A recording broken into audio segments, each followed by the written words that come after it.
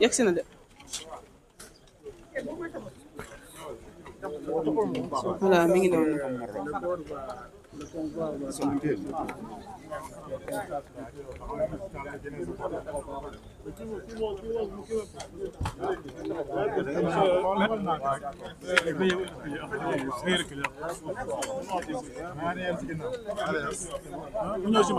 Maître, vous venez juste là où je me suis.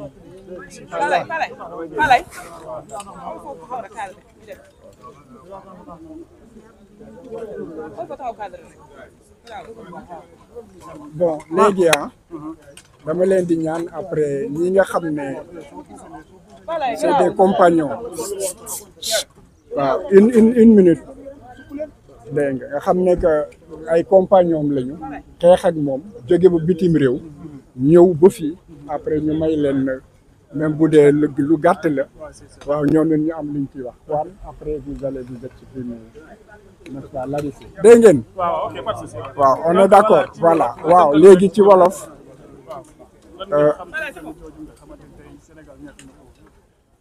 jëmm ji de bu fekkoon ne que dégg naa wolof bu baax a baax kon yaakaar naa ne que su ma waxee li ma xam ci moom def témoignage àddina bi dañ gën a xam dem si yàlla bi kan la li ñuy tënk rek moom moo di que li ko nit ñi xamee moom moo di jëmm joo xam ne que ci dundam xeex pour sàmm yelleef ak àq doomu aadama ci lañ ko xamee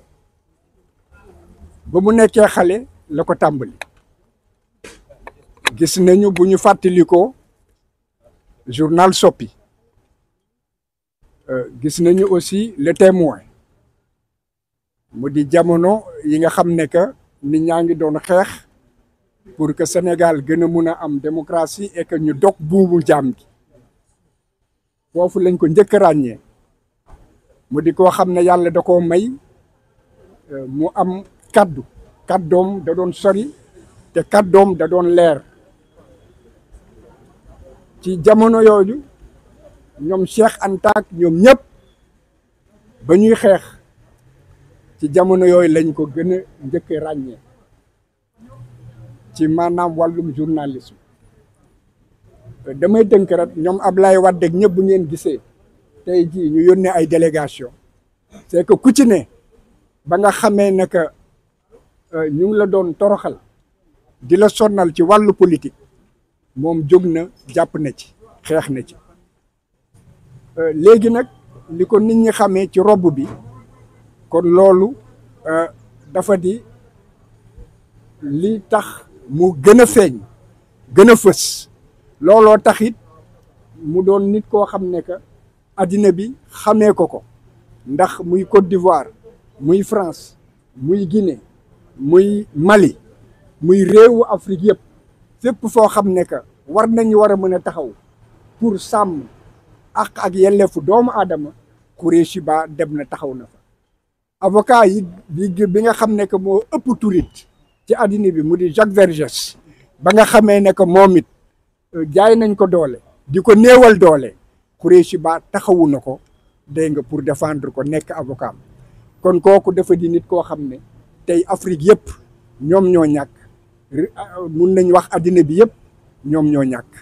ku mel ni Laurent Gbagbo moom ci boppam toog na ba nga xamee ne que jël na nguur gi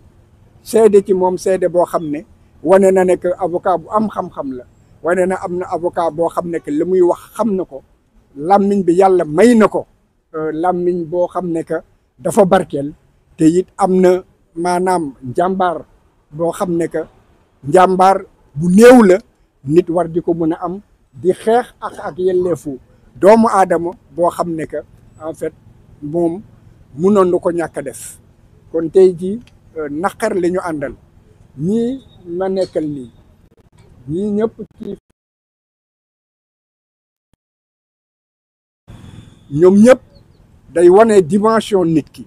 moo di ñu war a xam ñun lu ñu ñàkk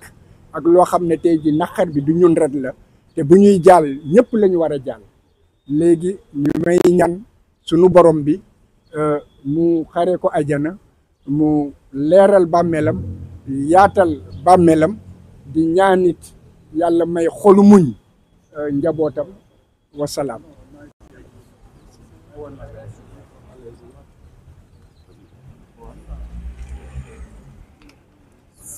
C'est un moment difficile pour moi parce que cet homme a changé l'histoire de ce pays. Il me l'a fait rencontrer et il m'a fait découvrir que la grandeur parfois s'accompagnait de la bonté. Ce qui est malheureusement dans les terres peuplées par le pouvoir quelque chose de particulièrement rare. Là où l'obsession est au privilège, Maître Khoureyssi Shiba cherchait l'honneur, cherchait l'autre, le partage. Et cette simple qualité humaine aurait suffi à en faire un grand homme, un véritable grand homme. La générosité s'accompagnait d'un rapport à la langue, à la pensée. Et ce sont ce rapport à la langue et à la pensée qui l'ont amené à la lutte. Parce qu'il n'est pas possible, en un monde comme le nôtre, où l'injustice demeure comme si c'était son domaine, de ne pas lutter lorsque l'on pense et lorsque l'on maîtrise comme il le faisait ce rapport au droit et à l'œuvre qui est celle des avocats. Alors, ma présence ici était une évidence, une nécessité, aux côtés de mes confrères qui vaillamment se sont battus pour un idéal, pour une idée, qu'il appartient désormais aux autorités de concrétiser et de se montrer à la hauteur des sacrifices que cet homme et tant d'autres ont mis en œuvre pour les porter en position de défendre le peuple sénégalais. Je vous remercie. Oui. Ouais, Saïd Larifou. Bon, l'essentiel a été dit quant au témoignage que nous devons chacun apporter sur les œuvres, sur les actions, sur l'homme que notre confrère disparu. Bon, moi je suis venu aussi m'associer à la tristesse de sa famille, m'associer également à la tristesse des opprimés, à la tristesse de la justice, puisque effectivement, comme le disaient les titres, les grands titres, la justice et les opprimés sont en deuil. Nous sommes venus ici aujourd'hui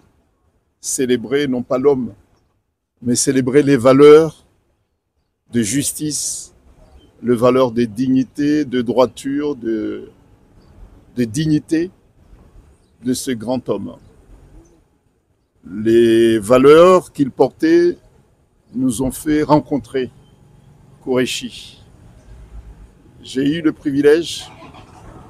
de passer beaucoup de temps avec lui lorsque j'étais de passage ici au Sénégal. Et il est évident que sa disparition constituera pour moi, comme des millions de Sénégalais, une perte, un vide.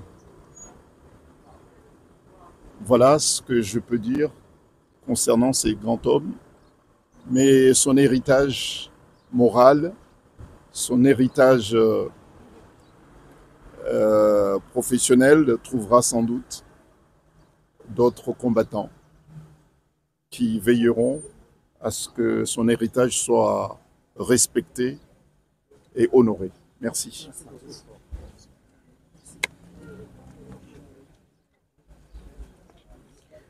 mi ngi noonu mbokki internaute